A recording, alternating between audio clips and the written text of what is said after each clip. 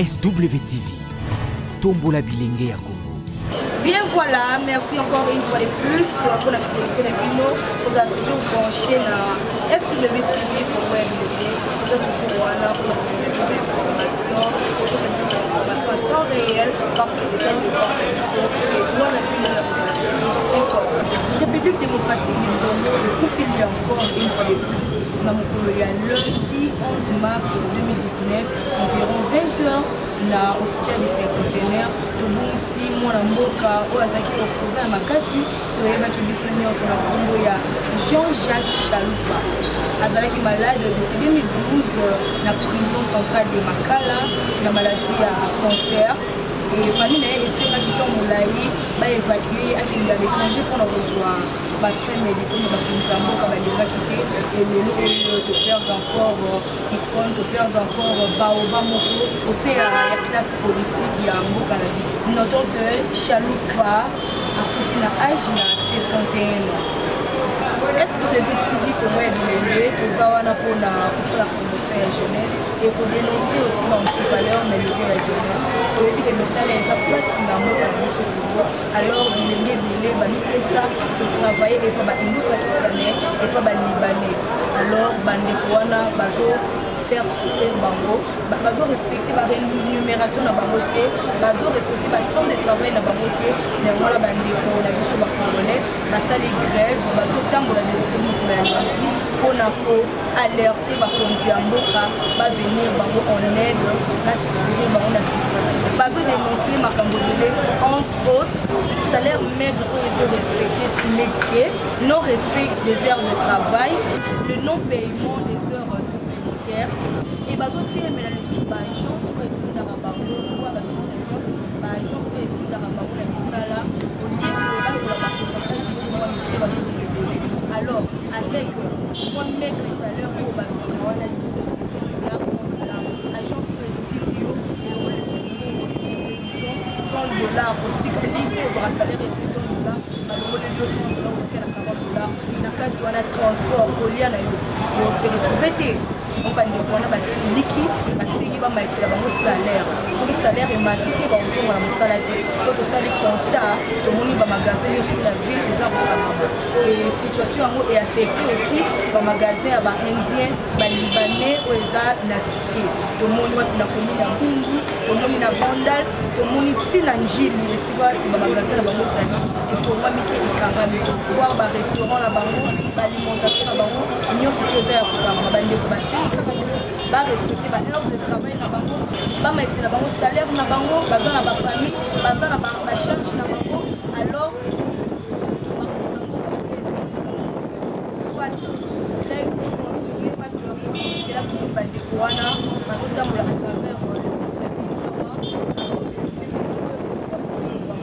bango bandi basala problème bakonza mboka bilenge babeli bino à travers problème le renouvellement de la classe politique et ça quand même les jeunes mais ça que les jeunes ont aussi la place de prise de la place de prise de décision néanmoins la mboka Timothée le noir où il y a des candidats sénateurs à l'objet de la classe politique et à démentir ma campagne sur la corruption au sein de l'Assemblée provinciale, ma campagne il y a des sénateurs.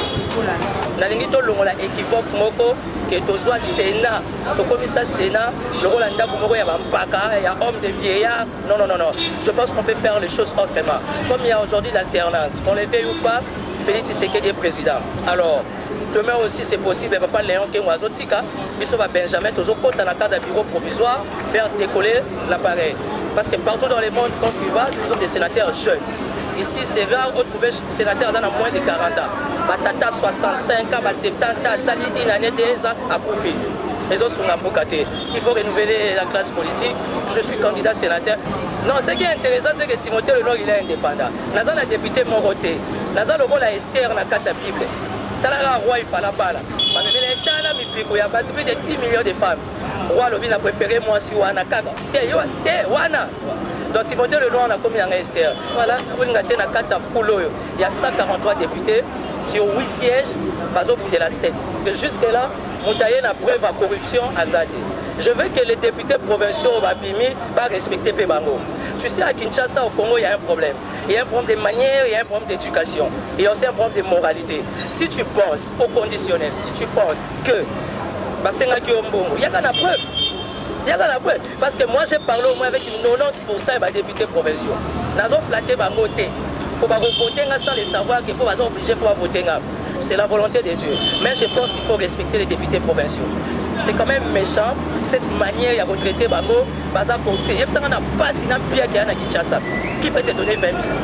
Qui peut te donner 50 000 $? T'as fait. Dans chaque cas, il y a toujours des exceptions. Mais je veux une chose.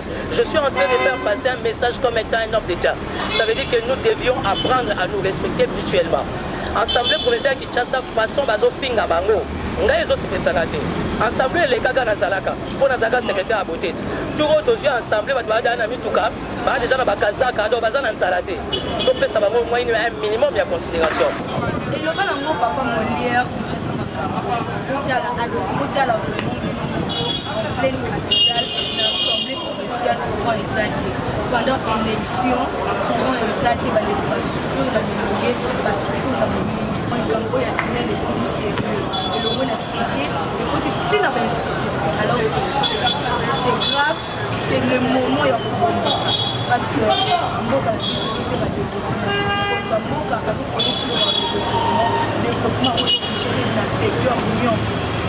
Tout l'anda, commentaire, il y a des mots qui souffrent dans le guerre pour qu'on ait si à sa déclaration de tout l'élection l'équipe bien, je peux dire que chacun de nous a eu pour s'exprimer, puis tout temps sur le banc. Mais je pense que partage ça la même par rapport à l'élection d'élection. Mais sauf que tu connais qu'il y a des difficultés belées sous la chaleur, il n'y a pas de courant. Donc voilà, nous autres transpirer. Et les débordements aussi, attend. Donc voilà un peu. Tout ça qui est contraire pour moins retard en attendant qu'il y ait un courant. Donc tout ça, il y a des salimoi bilingana. Dans le déroulement, il y a l'élection et les lots. Jean-Pierre Bemba a reçu 60 millions d'euros de dédommagement pour ces 10 ans où il y a la Cour pénale internationale. Rappelons que Azalaki a quitté le crime de guerre et le crime contre l'humanité après près de 10 ans en détention. Azalaki a annoncé l'avocat na déclaration moko pour Azalaki pour la retransmettre la Cour pénale internationale pour le lobby lundi 11 mars 2019 na Congo ya Peter Enes on a ya lobby la carte de déclaration na ye Peter Enes pour asalaki na document ezalaki transmis à la CPI pour la cause ya client na Jean-Pierre Bemba pour recevoir un dédommagement à 60 millions d'euros à lobby bon.